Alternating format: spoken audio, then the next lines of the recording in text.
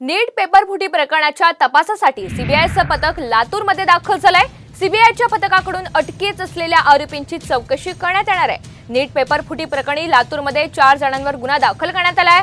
यातील दोघांना पोलिसांनी अटक केली आहे।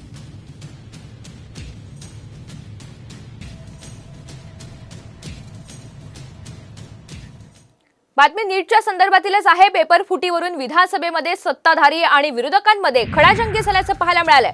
2022 आणि 2023 मध्ये अनेक पेपर फुटल्याचा थेट आरोप ठाकरे गटाचे आमदार भास्कर जाधवांनी केला। तर हे फेक नरेटिव्ह पुण्यातून तयार होतं, यासाठी एक वेबसाईट काम करत असल्याचा मोठा दावा फडणवीसांनी केलाय।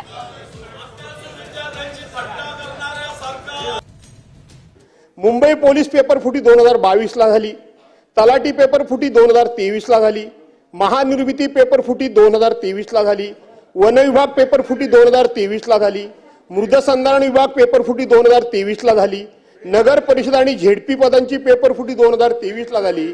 आपण जे सांगता की पूर्वीच्या सरकारमध्ये सगळं घडत होतं, या कालावधीमध्ये देवेंद्रची सरकार कोणाची होती?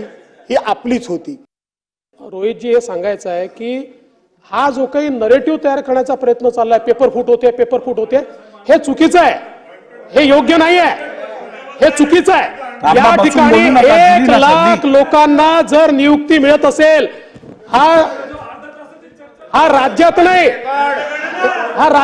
हा देशामधला रेकॉर्ड आहे, हा देशातला रेकॉर्ड आहे। कुठल्याही एका राज्याने इतक्या कमी वेळामध्ये एवढ्या नियुक्त्या द्यायच्या